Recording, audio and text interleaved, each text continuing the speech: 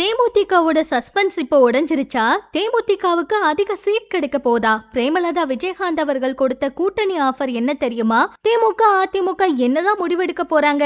தமிழக அரசியல் களம் சட்டமன்ற தேர்தலை நோக்கி விறுவிறுப்படைஞ்சிருக்கு. தேமுதிக பொதுச் செயலாளர் பிரேமலதா விஜயகாந்த் தன்னோட கட்சியோட கூட்டணி நிலைப்பாடு குறித்து முக்கிய அறிவிப்பை வெளியிட்டிருக்காங்க. தூத்துக்குடியில நடைபெற்ற கட்சி நிர்வாகிகள் கூட்டத்தில் உரையாற்றிய அவங்க, தேமுதிகவை பொறுத்த வரைக்கும் தொண்டர்களோட கௌரவமும் கட்சியோட வளர்ச்சியுமே பிரதானம். இதனால வர தேர்தல்ல திமுக அல்லது அதிமுக ஆகிய இரு கட்சிகளும் எந்த கட்சி எங்களை மதிச்சு உரிய எண்ணிக்கையில தொகுதிகளை வழங்குறாங்களோ அவங்களோடவே தேமுதிக கூட்டணி அமைக்கும் அப்படின்னு சொல்லியிருக்காங்க.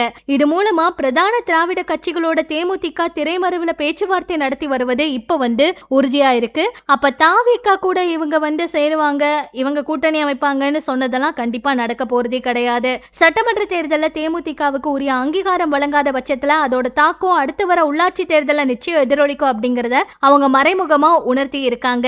கட்சியோட வாக்கு வங்கியை நிரூபிக்கவும் அடிமட்ட தொண்டர்களை உற்சாகப்படுத்தவும் இந்த தேர்தல் ஒரு முக்கிய வாய்ப்பா அமையும்னு அவங்க குறிப்பிட்டிருக்காங்க. விஜயகாந்த் அவர்களுடைய மறைவுக்கு அப்புறமா சந்திக்க இருக்க இந்த சட்டமன்ற தேர்தல்ல தேமுதிக பலத்தை நிலைநாட்ட அவங்களுக்கு அந்த கட்சியோட பல மாவட்டங்கள்ல கருத்து கேட்பு கூட்டங்கள் நடத்தப்பட்ட நிலையில பிரேமலதா அவங்க இந்த ஒரு அறிவிப்பை தொண்டர்கள் கிட்ட சொல்லியிருக்காங்க. இது பெரிய எதிர்பார்ப்பை ஏற்படுத்தி இருக்கு.